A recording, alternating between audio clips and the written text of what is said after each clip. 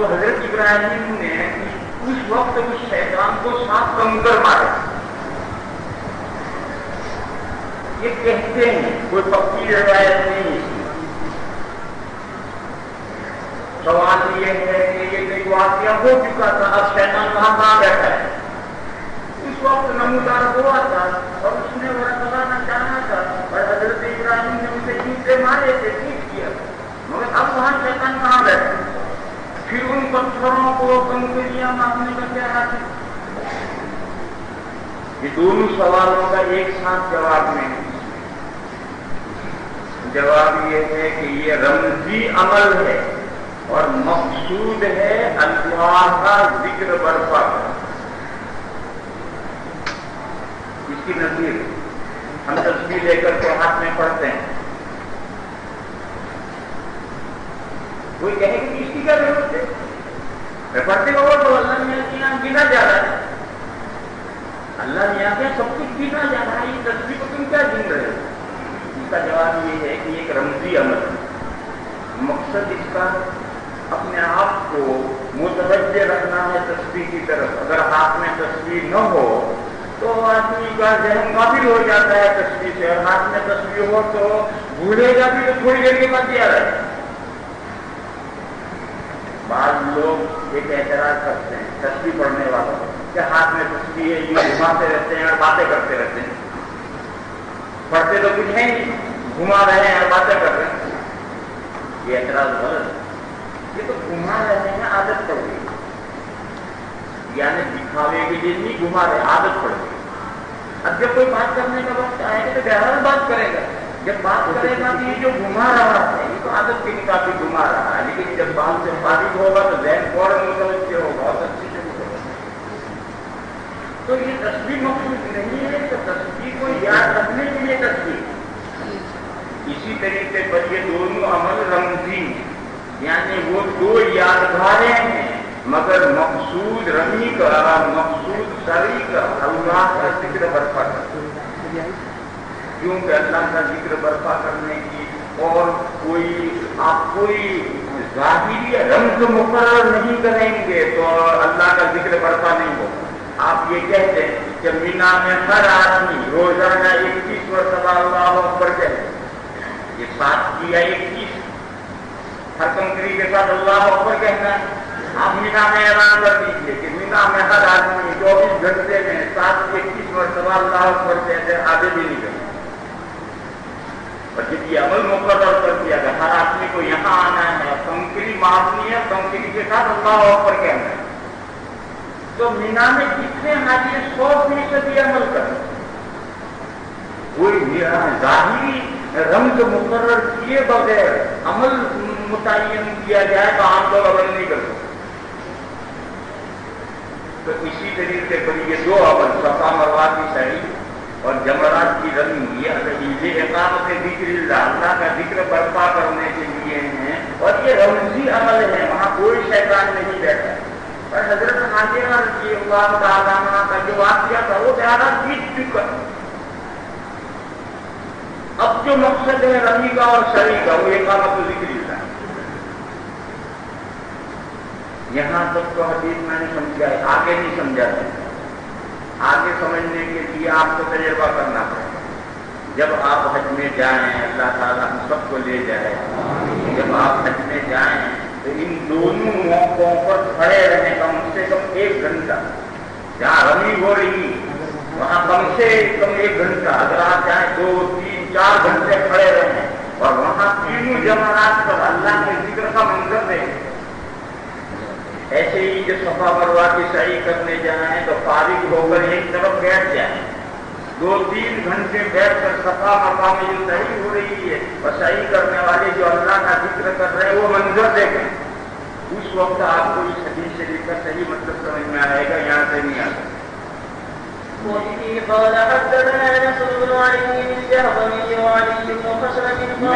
پہلی مرتبہ جب حج میں گیا تو پہلی مرتبہ میں نے یہ ساری روایتوں کو سمجھنے کے لیے میں نے کہا تھا اگر میں 2 مہینے بھٹکتا ہی رہا یہ سب روایات سمجھنے کے لیے. تو پہلی مرتبہ جب میں گیا تو کیونکہ شوال میں ہم پہنچ گئے تھے تو اس وقت مجھے عیسائی کی تھی تو ہم بہت معمولی تھوڑے بہت لوگ تھے، لیکن پھر جب 10 دن جا کو ہم طواف زیارت کرنے آئے تو طواف زیارت کی اتنا لمبا طواف تھا کہ 2 ڈھائی 3 گھنٹے میں طواف ہوا. پھر سب صحیح کرنے آئے، تھک گئے، پوری طرح سے تھک گئے. پھر ہم فارغ ہو کر ہم میاں بیوی ایک طرف ختم کرنے کے لیے بیٹھ گئے. وہاں زمزم رکھا تھا، پیا بیٹھے، چلنے کی ہمت ہی نہیں، ٹانگ کے جواب دے. اس مجبوری میں ہم بیٹھے رہے 2 گھنٹے، پونے 2 گھنٹے بیٹھے رہے. اس کے بعد اس قابل ہوئے کہ ہم اٹھ کر چلے. تو یہ 2 گھنٹے جو ہم بیٹھے رہے مجبوری میں، اس میں صفا مروا کا سارا منظر ہمارے سامنے رہا. تو میں نے اپنے گھر میں پوچھا کہ تم نے حج کے سارے مناظر دیکھے، طواف بھی کیے بھی، طواف ہوتے بھی دیکھے، اور دوسرے عرفہ بھی دیکھا، یہ بھی دیکھا، وہ بھی دیکھا، تمہیں سب سے اچھا منظر کون سا پسند ہے؟ تو اس نے دیکھا تو کہا کہ مجھے یہ صحیح کا منظر سب سے اچھا پسند ہے. وہاں جو روحانیت اور انوار جو نور نازل ہوتے ہوئے میں نے دیکھے ہیں وہ حج کے دوسرے مواقع میں نہیں دیکھے. وبه قال حدثنا نصر بن علي الجهضمي وعلي بن حسن قال حدثنا عيسى بن موسى عن عبيد الله بن ابي زياد عن القاسم بن محمد عن عائشة عن النبي صلى الله عليه وسلم قال انما جمرات کی رمی پر ہم نے کھڑے ہو کر منظر نہیں دیکھے. کیوں؟ وہاں میں نے کہا بہت بڑا حصہ کو سونے والے گھیر لیتے ہیں، تھوڑا سا راستہ رمی کا ہے، وہاں کھڑے ہونے کی جگہ ہی یہاں کھڑے ہوگا نہیں دھکا لگے گا، اس لیے میں نے وہاں کھڑے ہو کر نہیں دیکھا. انما جعل رمي الجمال والسعي بين الصفا والمروة لإقامة ذكر الله. قال أبو عيسى هذا حديث حسن صحيح باب ما جاء في كراهية لوم الناس عند رمي الجمال. جہاں جمرات کی رمی ہو رہی ہے وہاں کسی کو دھکا نہ دیا جائے. پولیس والے اتنی پابندی سے اس پر عمل کرتے ہیں کہ کوئی مر جائے گا تو بھی دھکا نہیں. کیوں؟ حضور نے منع کیا تو کوئی دھکا کسی کو نہ دیا. حضرت خدامہ بیان کرتے ہیں کہ میں نے حضور کو دیکھا 10 تاریخ کو جب حضور جمرے کی رمی کرنے کے لیے اپنی اونٹنی پر تشریف لے گئے تو سارے مجمع کے بیچ میں حضور تشریف لے گئے. نہ کسی کو مارنا تھا، نہ کسی کو دھکا دینا تھا، نہ ہٹو بچو ہٹو بچو کی کوئی آواز. سب کے ساتھ حضور گئے اور رمی. آج بھی کوئی دنیا کا بڑا آدمی آ گیا، کسی ملک کا بادشاہ آ گیا، کہیں کا کوئی آ گیا تو بیت اللہ کے طواف میں حکومت کا پولیس انتظام کرتی. رمی پر کسی کا کوئی انتظام نہیں، ان کا اپنا بادشاہ ہے، اس کا لیے بھی کوئی انتظام نہیں. سب کے ساتھ جاؤ رمی. طواف میں انتظام کرتی، عجیب و غریب انتظام کرتی، طواف میں کوئی خلل نہ پڑے اور وہ انتظام کر رہے ہیں. پولیس والے آئیں گے 25-30 اور پولیس کے لباس میں نہیں آئیں گے، عام لباس میں، اور آ کر طواف کرنے والوں کے ساتھ شامل ہوں گے اور گھومنا شروع کر دیں گے اور آہستہ آہستہ کعبہ کی طرف بڑھیں گے. تھوڑا تھوڑا پتہ نہ چلے اس طرح، اور آہستہ آہستہ یہ سارے پولیس والے جو عام لباس میں وہ کعبہ کے قریب ہو جائیں. پھر ایک دوسرے کا ہاتھ پکڑیں گے اور پھر آہستہ آہستہ گھیرا پیچھے کریں گے، طواف کرنے والوں کو پیچھے دھکیلیں گے اور پتہ بھی نہیں چلے گا کہ طواف کرنے والے پیچھے دھکیل کیے اور کعبہ کے قریب میں ایک جگہ خالی کروا لیں گے اور پولیس نے ایک حلقہ بنا دیا.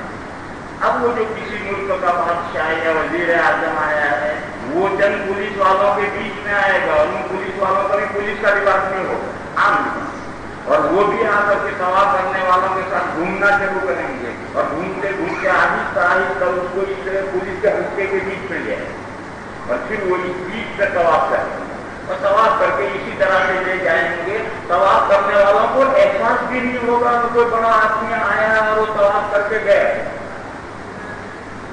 لیکن ایسا ہی انتظام طواف میں بہرحال پولیس کرتی.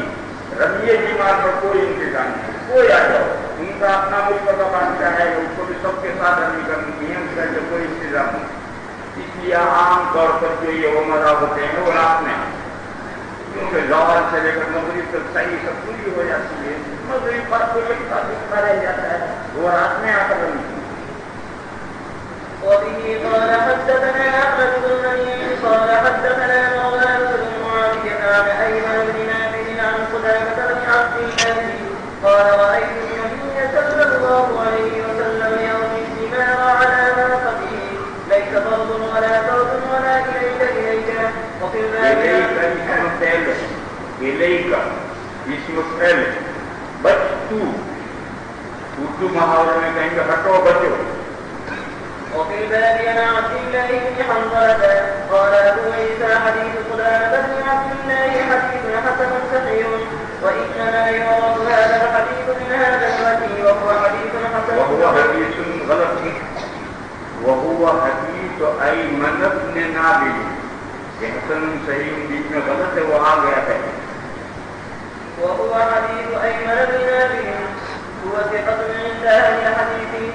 باب ما جاء في الاشتراك في البدنة والبقرة. حج کی جو قربانیاں ہیں اور شادی منیاں میں جو عام قربانیاں ہیں، سب کے مسائل ایک. حج کی قربانی حجی کہلاتی اور باقی قربانیاں اجلیہ کہلاتی. آسان ایک، چھوٹے جانور میں ایک ہی کی قربانی ہوتی ہے، بڑے جانور میں زیادہ سے زیادہ سات شریک ہو سکتے. امام مالک علیہ الرحمٰن اس مسئلے میں تھوڑا سا اختلاف رکھتے ہیں.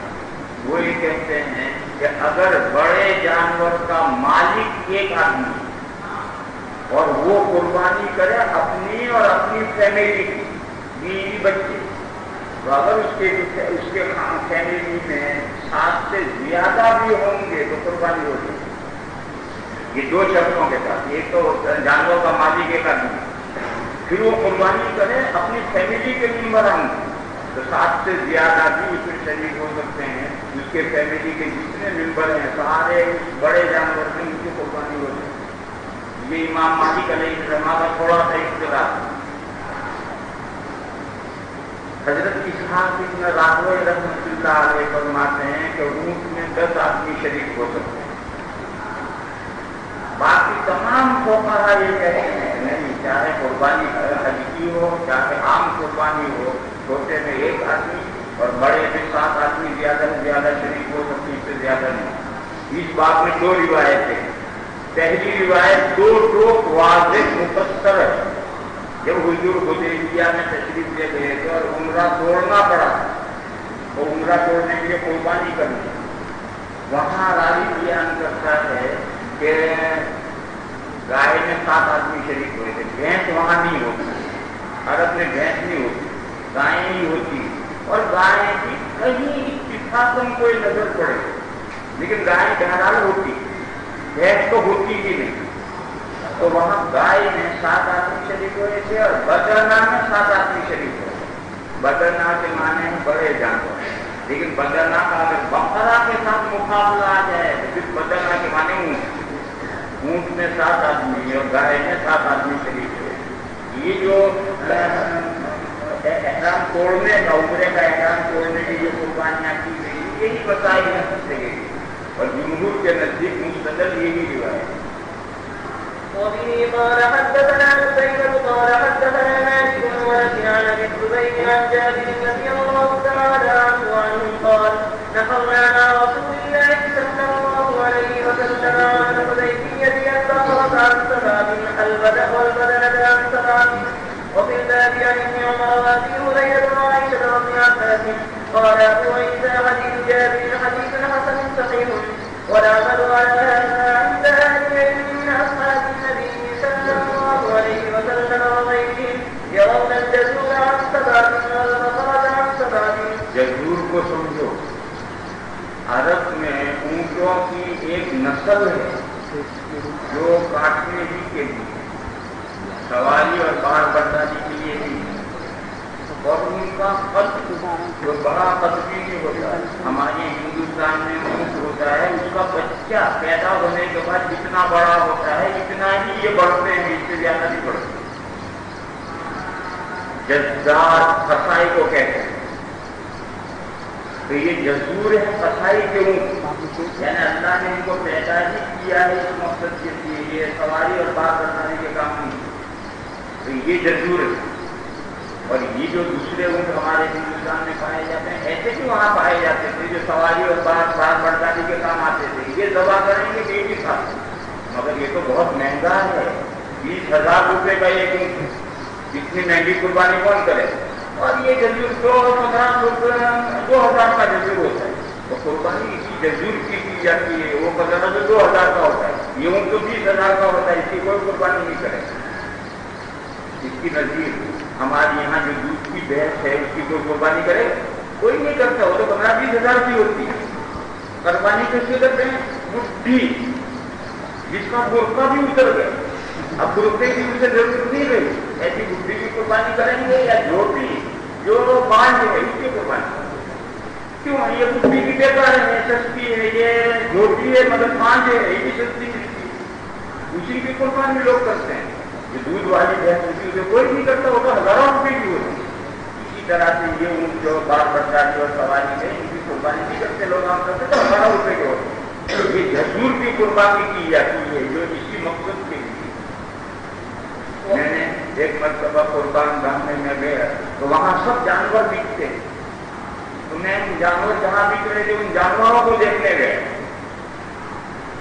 تو ایک بکریاں دیکھی میں نے، مشکل سے اس میں 3-4 کلو گوشت، اور بڑے بڑے سینگ ان کے، بڑے خوبصورت سینگ، ہزاروں۔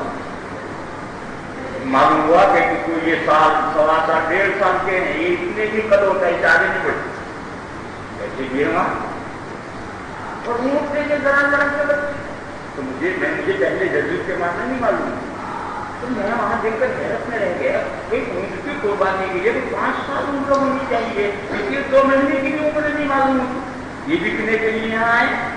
تو میں نے ایک سے پوچھا، جو ریوڑ کا مالک ہے اس سے پوچھا، میں نے کہا ان کی کیا عمریں ہیں؟ تو اس نے کہا ابن 60 وہذا ابن 5 وہذا ابن 8،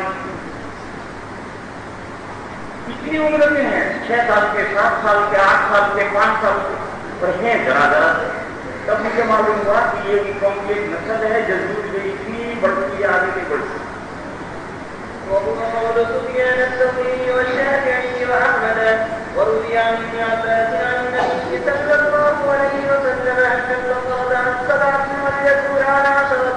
یہ آگے روایت آ رہی ہے، کچھ روایت میں ایک راوی ہے حسین بن واقف، وہ راوی کثیر الخطا، کتنا ہے مگر کثیر الخطا، وہ روایت جو آگے آ رہی ہے اس کی بنیاد پر حضرت اسحاق نے یہ کہا ہے کہ اونٹ میں 10 آدمی شریک ہو۔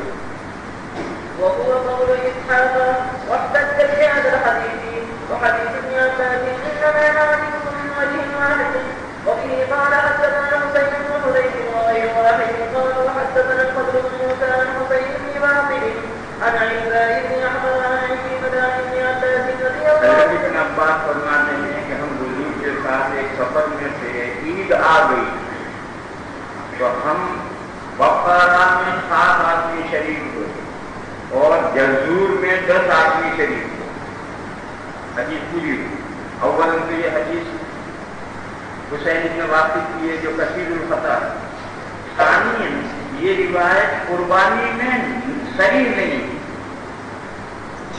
جو یہ قصہ سفر کا مسافر پر قربانی والی بھی ہے، لیکن بہرحال سفر میں بھی جب عید کا دن آئے گا تو فوج خوشی تو محسوس کرے گی، فوج پر قربانی واجب نہیں ہے سفر میں، لیکن قدرتی طور پر جب عید آئے گی تو خوشی ہوگی تو پکنک چاہیے۔ فوج میں انتظام یہ ہوتا تھا کہ امیر لشکر کی طرف سے جانور ذبح ہوتے تھے، پکنک فوج اس کے اعتبار سے جانور ذبح ہوتے تھے، اور جانوروں کا گوشت فوجیوں میں تقسیم کر دیا جاتا تھا اور وہ پکاتے تھے۔ یہ حضور کے زمانے میں طریقہ تھا، لیکن اب عید کے دن جب خوشی کا دن ہے تو پکنک چاہیے، تو آج اونٹ ذبح نہیں کیے گئے بلکہ بقرہ اور جزور لوگوں میں تقسیم تقسیم کر دی. 7 آدمیوں کو ایک بکرا دیا, 10 آدمیوں کو ایک جزور دیا. اب یہ جانور لے جا کر خود ہی ذبح کریں گے, خود ہی پکائیں گے, خود ہی کھائیں گے. کبھی گلے کی کھائیں گے, کبھی گردے کھائیں گے, کبھی گوشت کھائیں گے, کبھی نلیاں چوسیں گے, صبح سے شام تک مزے اڑائیں گے. یہی تکنیک. تو یہ تو خوشی کے دن اونٹ دیے گئے ہیں, خوشی منائیں. پر ایسے موقع پر جانور میں کتنا گوشت ہے اس کے اعتبار سے تقسیم کی. بکرا میں گوشت کم ہوتا ہے, جدور سے زیادہ ہوتا ہے. یہ 7 آدمیوں کو کھانے کے لیے دیا گیا, یہ 10 آدمیوں کو دیا گیا. یہ معروف قربانی نہیں, یہ ایک احتمال ہے. جیسا حدیث صحیح نہیں رہی, حدیث ضعیف ہے اور صحیح نہیں. اور اوپر والی روایت اعلیٰ درجے کی صحیح بھی اور صحیح بھی. اس لیے تمام فقہاء نے اس روایت کو لیا ہے, اور اس روایت کو صرف حضرت اسحاق بن راہویہ نے لیا ہے. قال كنا مع النبي صلى الله عليه وسلم في سفر فحضر الأضحى فاشتركنا في البقرة 7 وفي الجزور 10. قال أبو عيسى هذا حديث حسن غريب وهو حديث حسين بن واقد باب ما جاء في شعار المدرك. اشعار کے معنی میں علامت لگانا. اسلام سے پہلے زمانے جاہلیت میں جزیرۃ العرب میں حکومت کوئی نہیں تھی. قبائلی راج تھا, ہر قبیلہ اور قبیلے کا سردار ہے, وہ اپنے قبیلے کا بادشاہ. سب قبیلوں کی حکومتیں تھی, کوئی بھی طرح کا حکومت نہیں. اور جب جتنے قبیلے جتنی حکومتیں, اور جزیرۃ العرب میں ذریعے معاش کچھ نہیں, تو پھر وہاں لوٹ کھسوٹ, لڑائی جھگڑے, مال غنیمت, یہی ان کا ذریعے معاش ہے. کوئی چیز مل جائے لوٹ نہیں. لیکن اس زمانے میں بھی جو جانور حدیث کے طور پر بیت اللہ جا رہا ہے قربان ہونے کے لیے, اسے کوئی ہاتھ نہیں لگاتا. نہ صرف ہاتھ نہیں لگاتے تھے, اس کا احترام کرتے. راستے میں اس سے یہ پانی مہیا کرتے تھے, گھاس مہیا کرتے تھے, اس کی خدمت کرتے تھے, کوئی چھیڑتا نہیں کرنا. اس لیے زمانے جاہلیت سے یہ طریقہ چلا آ رہا تھا کہ بکریاں اگر کبھی آپ بھیج رہے ہیں تو بکریوں کے گلوں میں اون کی رسی بٹ کر کے ہاتھ بنتے ہیں, ایسے کا رسا ڈال دیا جائے. اس کی علامت ہوتی تھی کہ بکریاں حرم شریف میں ذبح ہونے جا رہی. اور اونٹ کے لیے علامت تھی, ایک تو جو دور سے نظر آئے اور ایک جو قریب سے نظر آئے. دور سے نظر آئے وہ ایک تو کسی درخت کی چھال لے کر اس میں پرانی چپل لٹکا کر کے اس کے گلے میں باندھتے تھے. گلے میں چپل پرانی لٹک رہی ہے, یہ علامت ہے کہ یہ ان کے حدیث کے طور پر جا رہا ہے. یہ علامت تو کہیں ٹوٹ بھی سکتی ہے, درخت میں چلتے چلتے ٹوٹ جائے گی. تو دوسری علامت تھی وہ سامنے کے 2 پیر میں, اس میں دائیں پیر کے اوپر ایک یوں لمبا تھوڑی سی کھال کاٹتے تھے, یا چٹکی میں کھال پکڑتے تھے, کاٹتے تھے, 1 روپیے کے پکڑتے تھے, ذرا کی کھال کاٹتے تھے روپے کے پکڑتے. تو لمبا چیریں گے یا گول کاٹیں گے, بہرحال ان میں سے خون نکلے. یہ خون باہر بہت سارا نہیں نکلے گا کیونکہ خون کی کوئی رگ نہیں کٹے. یہ تو کھال کے نیچے خون ہے وہ نکلے گا. یہ خون نکل کر کے باہر آ کر کے جب جائے گا, بہے گا نہیں. اس خون کو تھوڑی دیر کے بعد میں ہاتھ سے صاف کر دیں گے. صاف کر دیا اور اندر سے کوئی دوسرا خون نہیں نکلے. اب یہ علامت ہے, یہ لمبا چیرا ہوا ہے یا یہ 1 روپے کے بقدر گول کھال کٹی ہوئی ہے اس معین جگہ پر, یہ علامت ہے کہ یہ قربانی کا رک جا رہا ہے. اس کا نام شعار ہے, علامت لگا. لفظی معنی اور اصطلاحی معنی ہے اس طریقے سے علامت لگا. اونٹ کے پورے جسم میں کہیں بھی نہیں, یہ معین جگہ یہی یہ علامت لگائی جائے, اسی لیے لوگ پہچانے.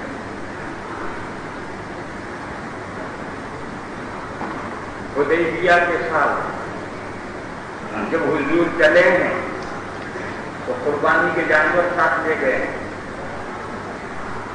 اور وہ بدامنی کا زمانہ ہے. کیوں حضور کی حکومت تو مدینے کے قرب جوار ہے, پھر وہاں سے لے کر مکہ تک تو کافر اور مشرکین ہیں. تو حضور نے جو حدی کے جانور لیے تھے ان کا اشارہ کیا, پھر وہ تو احرام توڑنا پڑا. اور یہ جو حدی کے جانور تھے انہیں کو ذبح کر کے یہ احرام کھولے گئے. پھر اگلے سال جب قربانی عمرے قضا کرنے گئے تب پھر قربانیاں ساتھ ملی، ان کو بھی ذل حلیفہ سے حضور نے اشارہ کیا، اور اس میں وہ ابو جہل کا اونٹ تھا جس کے نام میں چاندی کی ڈنڈی، یہ سب مکہ پہنچے اور وہاں دبا ہو۔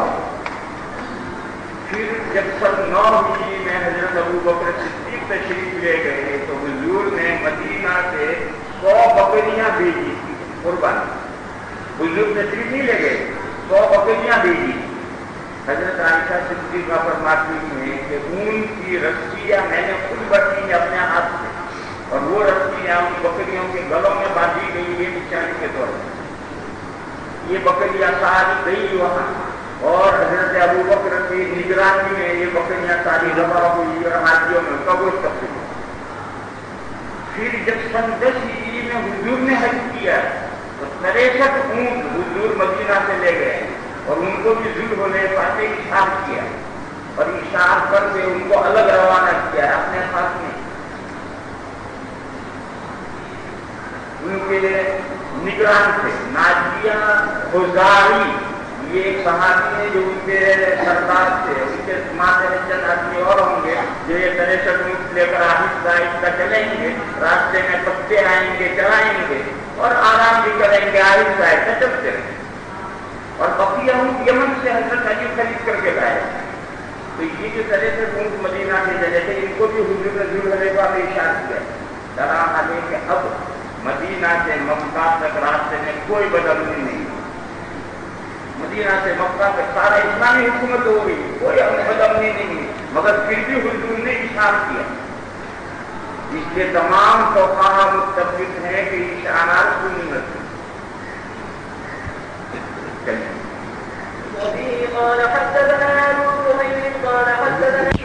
پھر بھی حضور نے عمل کیا، مانوار عمل سن رہے۔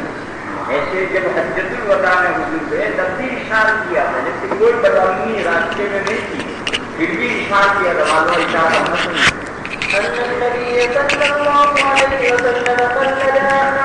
یعنی ہر اونٹ کے گلے میں 2 چپل، ان 2 چپلوں کو درخت تک کی رکھتے ہیں، چھال نکال کر کے اس میں پیرو کر کے اونٹ کے گلے میں باندھ دیا۔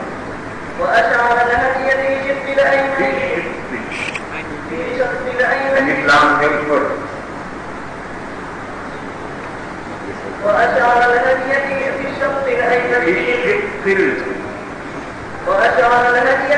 الأيمن الاسلام کو بیوقوف جن کو تجدید کرے گا جن پر اسلام پڑھا جائے گا، وأشعر الهدي في الشق الأيمن تفصیل ہو گیا، پیجی آ رہا سسٹم کی ہو گیا۔ وأشعر الهدي في الشق الأيمن بذي الحليفة، شق الأيمن میں نے بتایا کہ آگے کے جو 2 پیر ہیں اس میں سے جو دائیں طرف کا پیر ہے وہ اوپر جا کر جہاں ڈوبتا ہے اس کی معین جگہ پر نکالا جائے گا۔ وأمات عنه الدم، یعنی تھوڑی دیر کے بعد میں جو خون نکل کر کے جم گیا اسے ہاتھ سے صاف کر دیا، اب آنے کا دوسرا خون نہیں نکلا۔ جزیرۃ العرب گرم خشک ملک کے اندر زخم پکتا نہیں، جو خشک علاقہ ہوتا ہے زخم پکتا نہیں، یہ زخم پکے گا آہستہ آہستہ خود ہی منتقل ہوگا۔ وفي الباديات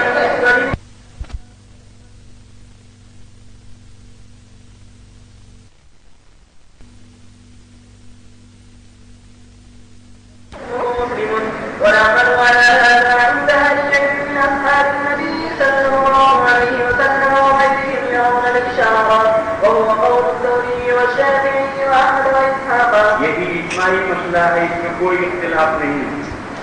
اس کے بعد حضرت امام ابو حنیفہ علیہ الرحمہ سے ایک قول بنتی ہے کہ اشعار مسلح ہے، دوسرا قول بنتی ہے کہ اشعار بدعت ہے۔ اس قول کا مطلب یہ ہے کہ حضرت امام اعظم رحمۃ اللہ علیہ کے زمانے میں لوگوں نے جس بے دردی سے اشعار شروع کر دیا تھا، حضرت نے اپنے زمانے کے اس اشعار کے بارے میں یہ بات فرمائی کہ یہ تو جانور کی شکل بگاڑ دینا ہے، یہ تو بدعت ہے، حضور کے زمانے میں ایسا اشعار نہیں کیا جاتا۔ کیوں؟ امام اعظم کا زمانہ 100 سال بعد کا ہے، مسلمان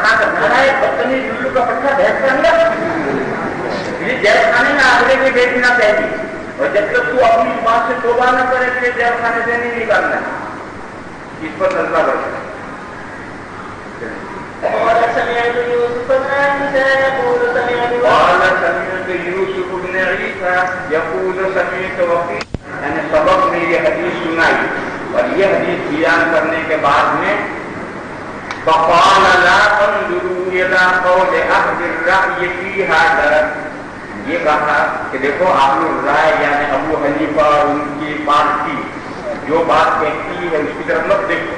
لا تنظروا الى قول اهل الرأي في هذا فإن الإشعار سنة وقولهم بدعة. وہ جو اشعار کو بدعت کہتے ہیں اشعار بدعت نہیں اشعار تو سنت ہے ان کا قول ہی بدعت. یہ تو مسئلہ ہے اس میں تو کوئی ہے.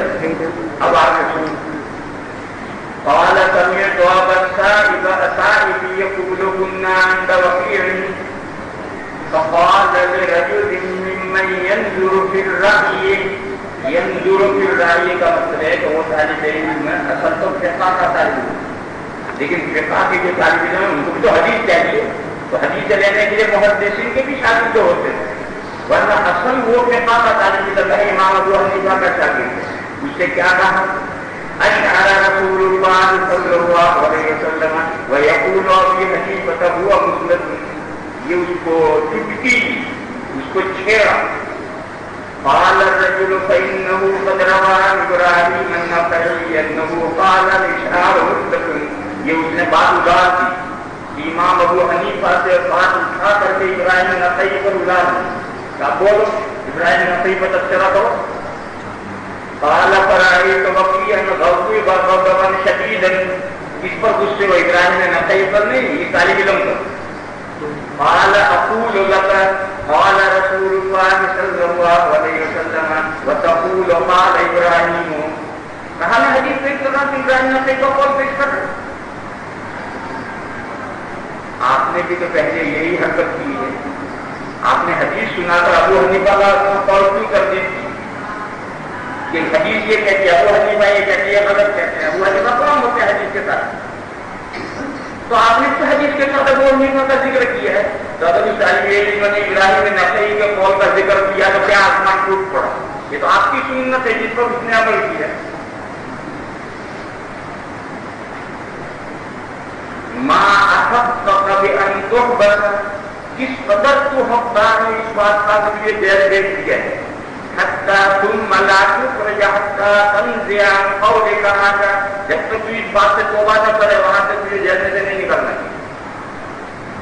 وکیع رحمۃ اللہ علیہ بڑے اچھا ہے لیکن ہر آدمی کی کچھ کمزوریاں بھی ہوتی بڑے سے بڑے کی بھی کچھ کمزوریاں ہوتی. یہ وکیع رحمۃ اللہ علیہ یہی وہ ہیں جنہوں جب آدمی کو تنقید کرنے کی عادت پڑ جاتی ہے تو پھر وہ اللہ میاں کو بھی نہیں چھوڑتا. جب آدمی کو تنقید کر یہ بہت بری عادت ہے. ہمارے طالب علموں میں بہت زیادہ ہوتی ہے. میرے اندر بھی طالب علم میں یہ بری عادت تھی.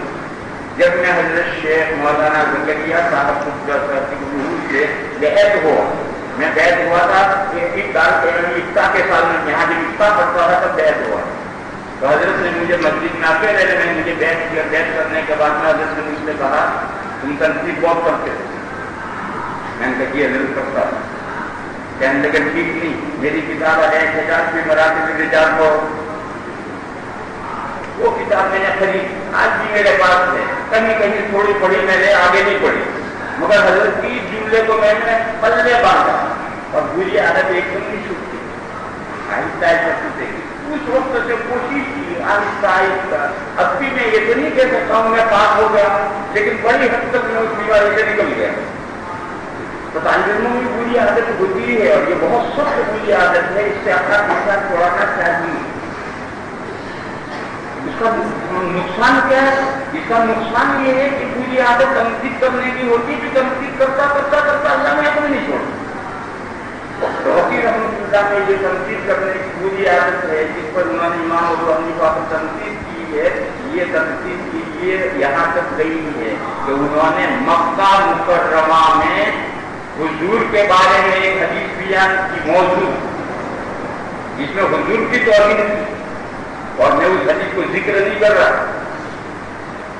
اس میں حضور کی توہین کی ایسی حدیث انہوں نے وکی رحمۃ اللہ علیہ نے بیان کی، اور امیر مکہ کو جب وہ واقعہ پہنچا کہ انہوں نے ایسی حدیث بیان کی ہے تو امیر مکہ نے حکم دیا تو پکڑو اور جہاں ملے وہیں چولی بچا دو۔ ان کو توجہ کیا کہ ایسا میرے بارے میں حکم ہوا تو چھپتے رہے، اور یہ حنفی نے اپنے گھر میں چھپا کر ان کی جان بچائی، اور رات میں چپکے سے یہاں سے مکہ سے نکال کیا، مدینہ بھیج دیا اور ان کی جان بچی۔ یہ گندگی میں ڈھیرا میں ڈال رہا ہوں، اس لیے ڈال رہا ہوں کہ حضرت نے کہنے ڈرا ڈالا، ورنہ مجھے ان کے بارے میں ایک بات ذکر کرنے کی ضرورت نہیں، اور اس بات کی جسے تفصیل دیکھنی ہو، ذہبی رحمۃ اللہ علیہ کی ایک کتاب ہے سیر و اعلام النبلاء، اس میں وکی رحمۃ اللہ علیہ کا تذکرہ نکالو، اس میں وہ جو موضوع حدیث انہوں نے بیان کی تھی جس میں حضور کی توہین کی وہ روایت تھی، وہاں کون سے حنفی نے ان کی جان بچائی تھی اور کس طرح سے ان کو نکال دیا تھا، وہ بھی سب تذکرہ وہاں ہے۔ اس گندگی کو چھیڑنے کا کوئی حاصل نہیں ہے، مجھے تو آپ حضرات کو یہ بتانا ہے کہ یہ وکی رحمۃ اللہ علیہ کی عادت ہے بڑوں پر تنقید کرنے کی، یہ بری عادت جب بڑھتی ہے تو اللہ کے رسول کو بھی عادت نہیں بڑھتی، اس لیے اس عادت سے میرے عزیزوں پیچھا چھوڑاؤ، یہ بہت بری عادت ہے، اور اس کا طریقہ کیا ہے؟ وہی ہے کہ یہ ذہن میں گمان کرو سب اچھے، کالا دھوپ تو کالا دھوپ بھی اچھے، یہ مزاج بناؤ سب اچھے، پورا میں باقی سب اچھے، پورا میں باقی سب اچھے، یہ ذہن بناؤ، مزاج بناؤ تو تنقید کرنے کی عادت کم، اب سبق ہوگا ایک ہفتے کے بعد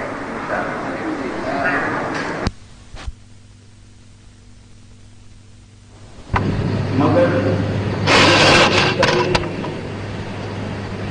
خود اوپر جو ہے قاسم کی ڈگری کا نائشہ میں نے حضور کے ہڈیوں کی رسیاں بڑھی، یہ رسیاں وہی تو بڑھی، لہٰذا یہ اعتراض یہ روایت سے اسود عائشہ سے بڑھتے ہیں، یہ بات صحیح نہیں ہے، اسود کے علاوہ یہ روایت کرتے ہیں، اور جو نے نبی کی ہے کہ بکریوں کی تفصیل نہ کی جائے، یعنی چپل کا ہاتھ نہ باندھا جائے، اور یہ روایت اس لیے تفصیل کا ذکر ہے وہ صرف ان کی ایک رسی بندے کے طور پر نشانی کے طور پر باندھنا ہے، یہ بکری کو اس کا کوئی گولی نہیں پڑتا۔ وبه قال حدثنا محمد بن بشار قال حدثنا عبد الرحمن بن مهدي عن سفيان عن منصور عن ابراهيم عن الاسود عن عائشه قالت كنت اغسل فنائل هدي رسول الله صلى الله عليه وسلم كلها غنما ثم لا يحرم، یعنی یہ ساری ہڈیاں بکریاں نہیں گئی، بکریاں 9 مہینے میں دیکھی ہیں اور دودھ حضور 10 کسی سے لے گئے۔ قال ابو عيسى هذا حديث حسن صحيح ونعمل على هذا عند بعض اهل العلم من اصحاب النبي صلى الله عليه وسلم وغيرهم يرون تقليد الغنم، باب ما جاء اذا عرف الحج ما يصنع فيه۔ کبھی ایسا ہوتا ہے کہ راستے میں حجی کا جانور بکری ہو یا اونٹ ہو، ان پہاڑ پورے مدینہ سے مکہ تک پہاڑ سارا جزیرۃ العرب کی پہاڑوں سے بھرا پڑا ہے۔ کبھی ایسا ہوتا ہے کہ چلتے چلتے اونٹ یا بکری کہیں کھائی میں گر جاتی ہے، ٹانگ وام ٹوٹ گئی، ہم چلنے کے تو قابل نہیں رہی، اب کیا کیے؟ حجی کا جانور ہے، کسی وجہ سے وہ چلنے کے قابل نہیں رہا۔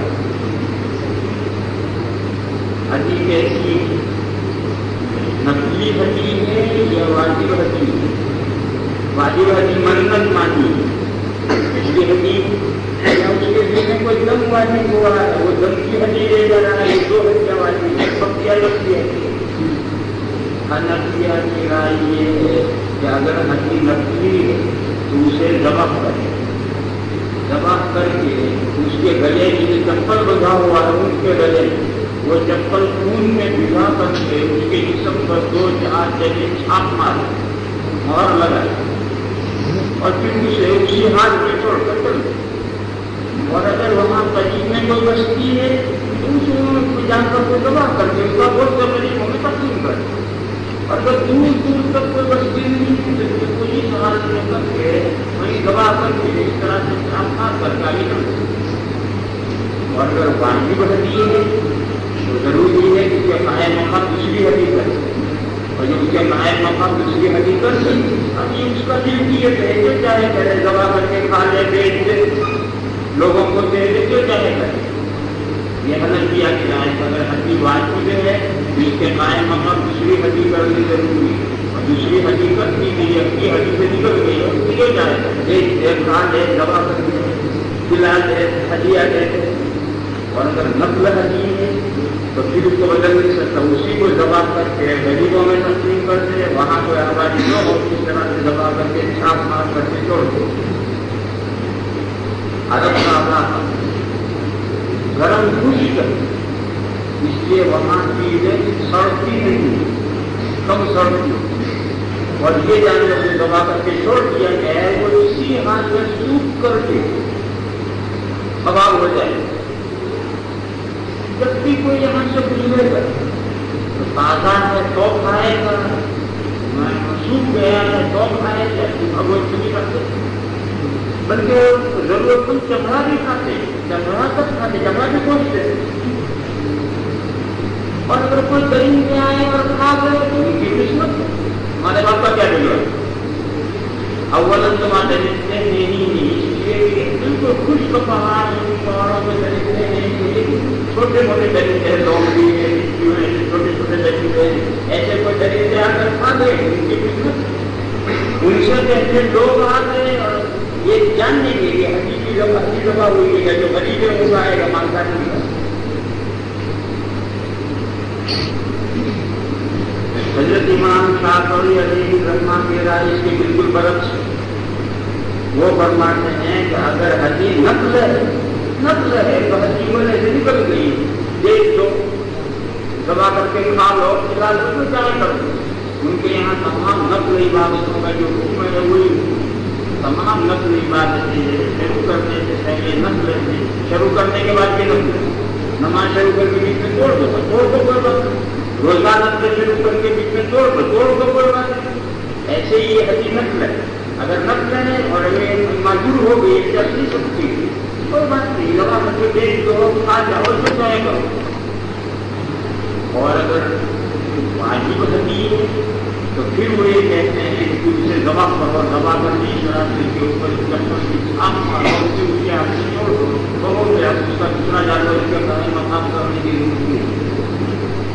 یہ حضرت امام شافعی علیہ رحمہ کی رائے ہے. بالکل حنفیہ کے برعکس امام مالک اور امام احمد رحمہ اللہ کی رائے تقریباً وہی ہے جو حنفیہ کی رائے.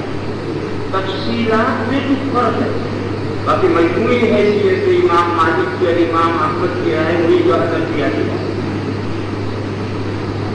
اس بات میں جو دلیل ہے وہ جمہور کی دلیل ہے, حنفیہ کی اور مالکیہ اور حنابلہ کی دلیل ہے. حضرت امام شافعی علیہ السلام کی کوئی دلیل ہمارے علم میں نہیں.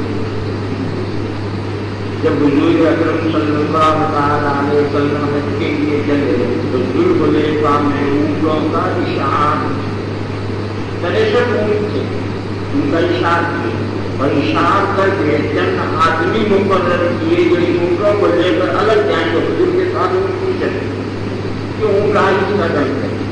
جہاں درمیان میں پتوں والے درخت ہیں وہاں چلیں گے, چلتے چلتے پک جائیں گے, بیٹھیں گے, آرام کریں گے, بہرحال تک چلیں گے, قافلہ تیز چلیں گے. اس لیے یہ اونٹ علیحدہ روانہ کیے گئے تھے. اور 63 اونٹ ایک آدمی نہیں سنبھال سکتے, کم سے کم 3-4 آدمی چاہیے. 3-4 آدمی ہیں مگر ان کے جو بڑے ہیں وہ ہیں ناجیہ خزاعی. خزاعی یا ناجیہ خزاعی یہ صحابی ہیں, یہ بڑے ہیں. آپ ان کے پاس چلے تو ہم کو کتنا ہوگا معلوم. ان کو یہ ذمہ دار بنایا گیا کہ یہ اونٹ لے کر چلیں گے. حضرت ناجیہ نے مسئلہ پوچھا کہ یا رسول اللہ اگر راستے میں کوئی ہدیہ ہلاک ہونے لگے تو ہلاک ہو جائے یعنی اللہ طرف سے ہلاک ہو جائے، یعنی ایسی ہو جائے کہ آگے وہ نہیں چل سکتی تو کیا کریں؟ حضور نے فرمایا کہ اس کو دبا کر دیجیے اور اس کا چپل خون میں بھگا کر کے اس پر چھاپ مار دیجیے، اور تم اور تمہارے ساتھی نہ کھائیے، تم اور تمہارے ساتھی نہ کھائیے، اس کو چھوڑ دیجیے، جو بھی اس کے مشترک ہے وہ کھائے۔ یہ ہٹایا جو حضور نے بھیجی تھی، یہ سب نفس ہٹایا کہ واجب کی، اور نفس ہٹایا کہ یہ جو حضور نے حکم کیا ہے ایسا کیجیے، یہ بھی اندر کیا اور جیوت موقع دیا ہے۔ وفي قال حدثنا هارون بن إسحاق الهمداني قال حدثنا عبدة بن سليمان عن هشام بن عروة عن أبيه عن ناجية الخزاعي قال قلت يا رسول الله كيف أسمع بما عرف من الهدي؟ اپنی من الهدي کے معنی ہلاک ہونے لگے، دل کو ہلاک ہو گئی تو کیا کرنا؟ تو کوئی بات نہیں، یہ ماں اپنے بات کے معنی ہلاک ہونے کے قریب ہو جائے، یعنی آگے چلنے کے قابل نہ رہے۔ قال انحرها ثم ومسنا لها في دمها ثم قل بين الناس وبينها فيأكلوه. وفي الباب عن زبير بن أبي قبيصة الخزاعي قال أبو عيسى حديثنا عندك حديث حسن صحيح والعمل على هذا عند أهل العلم. قالوا في هدي التطوع إذا فلا يأكله على أحد من أهل رزقته ويخلى بينه وبين الناس يأكلونه فقد أجزى عنه. بتانے کے قائم مقام کرنے کی ضرورت نہیں، یہی کہ ضوابط کے لیے کافی ہو۔ وهو قول الشافعي وأحمد وإسحاق یہ جو حضرت نے مذہب بیان کیے ہیں یہ تفصیل کے ساتھ پوری وضاحت کے ساتھ مذہب کی بیان کیے ہیں، نفل ہیں اور واجب ہیں، یہ واجب حقیقت کا مسئلہ ہے۔ امام شافعی علیہ الرحمہ کے نزدیک یہ واجب حقیقت کا مسئلہ ہے، نفل حقیقت یہ مسئلہ نہیں۔ وقالوا إن أكل منه شيئا غرم مقدار ما أكل منه. اگر وہ غریب ہے تو کھا سکتا ہے، مگر عام طور پر جو حج کو جا رہا ہو غریب تھوڑی ہو، ایمانداری ہوگا، لہٰذا اگر کھائے گا تو جتنا گوشت کھایا ہے اس کی قیمت سستا کرنی ہوگی۔ وقال بعض أهل العلم إذا أكل من أهل التطوع شيئا فقد ضمن. یہ حنفیہ کا مذہب ہے، نفلی حدیث کی بات، واجب حدیث دوسرا جو قائم مقام کر دیا تو یہ حدیث نسبت ہوئی، یہ جاؤ کرو، نفل حدیث کی بات، یہ حنفیہ کا مذہب ہے۔ وہ امام شافعی کا نہ وضاحت کے ساتھ وہ مذہب بیان کیا ہے، نہ وضاحت کے ساتھ یہ مذہب بیان کیا ہے۔ اونٹ ہے حقیقت، اونٹ ہے یا اونٹنی، حقیقی اونٹنی، ظاہر ہے بکری، اس پر سواری کا کوئی مطلب نہیں، گائے ہوں اس پر سواری کا کوئی مطلب نہیں۔ بدنا یہاں بدنا مانے اونٹ آیا، اگر حقیقی اونٹ ہے یا اونٹنی ہے اس پر سواری کرنا، اس پر سواری کرنا جائز نہیں۔ جب اسے حدی بنا دیا، اشعار کر دیا، گلے میں ہاتھ ڈال دیا، اب وہ حدی ہو گئی، اب اس سے کسی طرح سے نفع اٹھانا چاہیے، اس کے بال نہیں کاٹ سکتے، کاٹو گے سستا کرنا، وہی بات سستا کرنا، اس کا دودھ نہیں دو سکتے۔ اگر دودھ والا جانور ہے تو اس کے تھن پر ٹھنڈا پانی وقفے وقفے سے چھڑکیں گے جس سے دودھ سکڑ جائے، اور اگر دودھ دو کر استعمال کر دیا تو جتنی میں سستا کرنا، اس پر سواری نہیں کر سکتے۔ اگر کوئی کرے کیوں کرتا ہے؟ دماغ خراب ہے اس لیے کرتا ہے، تو مقبول ہے ہی نہیں، اس پر بغیر ضرورت کے اوپر سواری کرنا یہ مقبول ہے۔ اور اگر ضرورت ہے یا مجبوری ہے، شواب میں کہتے ہیں ضرورت ہے تو سواری کر سکتا ہے، حنفیہ کہتے ہیں ضرورت نہیں مجبوری ہے تو کر سکتا ہے۔ ایک ہے حاجت اور ایک ہے اضطرار۔ حاجت کا ترجمہ کیا میں نے ضرورت، اور یہ اضطرار کا ترجمہ ہے مجبوری۔ حاجت یہ ہے کہ ہماری اپنی سواری بڑھ گئی، اب کیسے کائے پر سفر کریں، یہ ضرورت ہے کمپنی کے جانور پر سفر کریں، اس پر سواری کریں۔ لیکن اگر پیسے ہیں اور دوسرا جانور مل سکتا ہے تو مجبوری نہیں ہے، اور اگر اپنا جانور بن گیا اور پیسے نہیں ہے یا جانور 50